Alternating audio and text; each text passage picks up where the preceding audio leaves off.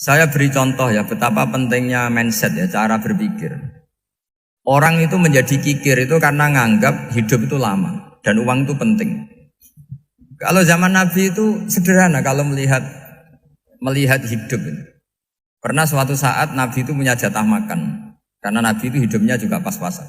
Jadi Nabi itu unik. Beliau di satu sisi kaya raya, bisa ngurmat Abu Hurairah, Ammar, Suhaib. Ashabu Sufa itu dirawat Nabi semua. Itu kan kaya, bisa ngerawat sekian orang. Tapi di sisi yang lain untuk pribadinya beliau miskin. Kadang nggak bisa makan hari itu. Tapi di saat yang sama bisa merawat Ahlus Sufa. Jadi keliru kalau orang hanya cerita Nabi itu miskin, untuk makan dirinya aja susah. Itu keliru. Kelirunya kalau tidak diteruskan, tapi Nabi mampu menghidupi Ahlus Sufa. Singkat cerita jatah makannya Nabi itu dikasihkan orang ketika Nabi tanya, ya Aisyah, makanan jatah saya di mana? Oh ya Rasulullah, tadi ada orang minta tak kasihkan, maka makanan itu habis.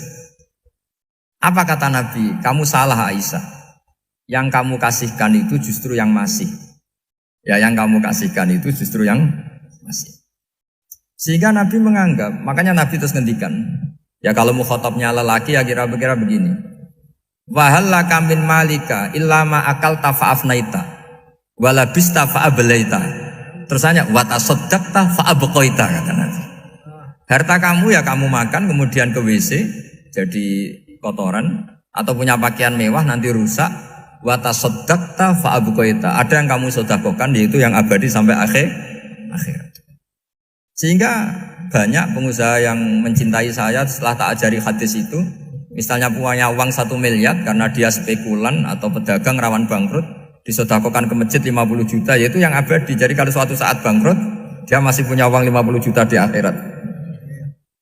Jadi Nabi itu mengajari sedekah itu apa? Ya sedekah itu pengabadian uang.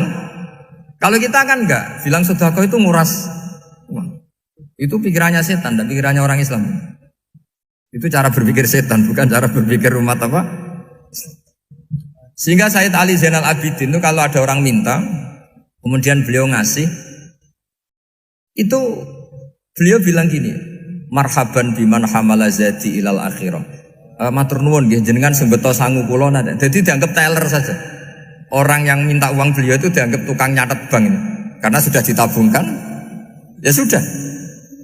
Kalau kita kan enggak, wah pengemis tuh ganggu gini-gini.